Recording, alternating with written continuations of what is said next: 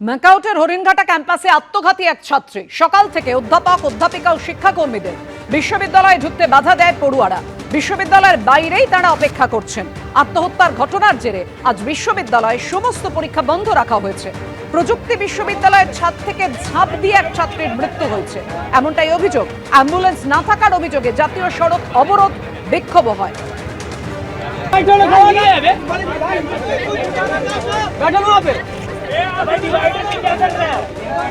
পরীক্ষা চলছিল।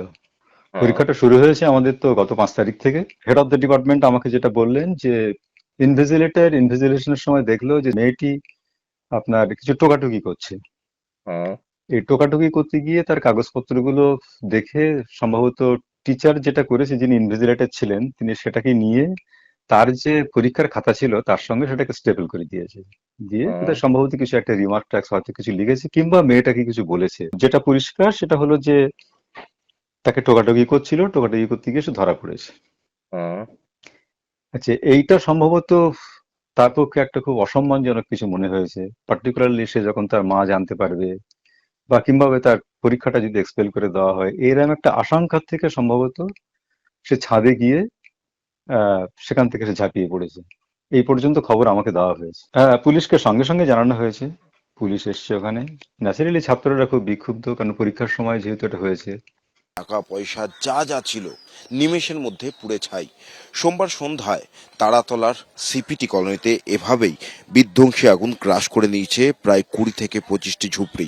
চোখের সামনে নিজের সবকিছু সহায় সম্বল পুড়ে ছাই হতে দেখেছেন এই ঝুপড়ির বাসিন্দারা। নিজেরা কোনো মতে প্রাণ বাঁচিয়ে পালিয়েছেন, কিন্তু ঘরে যা যা ছিল কেউ কিছু নিয়ে যেতে পারেননি। এই ঝুপড়িতেই বসবাসকারী অনেক ছাত্র ছাত্রী রয়েছে, যারা নিজেদের বই, অ্যাডমিট কার্ড এবং সার্টিফিকেট কিছুই নিয়ে যেতে পারেননি। কেউ আছেন এমন যে বাড়ি বানানোর জন্য টাকা জমাচ্ছিলেন, কিন্তু সেই টাকাও পুড়ে ছাই হয়ে গিয়েছে। কারণ মেয়ের বিয়ের জন্য অল্প অল্প করে গয়না রাখছিলেন বাড়িতে, সেসবও পুড়ে ছাই। এবং এই ধ্বংসস্তূপের মধ্যে থেকে এখন দেখা যাচ্ছে সেই সহায় সম্বলহীন মানুষরা যা আছে সেইটুকুনি খুঁজে বের করার চেষ্টা করছেন। কিন্তু সন্ধ্যে 7টার সময় যে আগুন লেগেছিল, প্রায় 1 ঘন্টা 40 মিনিটে এই ঝুপড়ি বাড়িতে যা যা ছিল সব কিছু পুরো ছাড়খাড় করে দিয়েছে। এখন এই মানুষগুলো কোথায় যাবেন সেই ভেবেই কিন্তু তাদের রাতের ঘুম উড়ে গিয়েছে, এবং সর্বস্ব হারিয়ে এর পরবর্তীতে তারা কি করবেন তাও ভেবে পাচ্ছেন না কেউ। তাই তারা প্রশ্ন তুলছেন যে কোথায় থাকবেন তারা। কিন্তু আরও একটি বিষয়, যে কিভাবে আগুন লাগলো।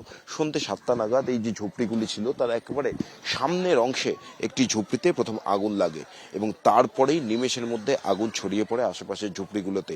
একের পর এক গ্যাস সিলিন্ডার বাস্ট হতে থাকে, এবং এখানকার যারা বাসিন্দা কোনো মতে তারা প্রাণে বেঁচে পালিয়েছিলেন এখান থেকে, কিন্তু তাদের সর্বস্ব পুরো ছাড়খাড় হয়ে গিয়েছে। কিভাবে আগুন লাগলো সে নিয়ে কিন্তু রহস্য রয়েছেই। দমকল প্রায় 1.5 ঘন্টার বেশি সময় নিয়ে এই আগুনকে নিয়ন্ত্রণে এনেছে, কিন্তু কিছুই বাঁচাতে পারেনি। এখন এই মানুষগুলো কোথায় যাবেন সে নিয়েই প্রত্যেকে দুশ্চিন্তায় রয়েছেন। ক্যামেরা সন্দীপ সাধকের সঙ্গে ব্রতদীপ ভট্টাচার্য, এবিপি আনন্দ, তারাতলা।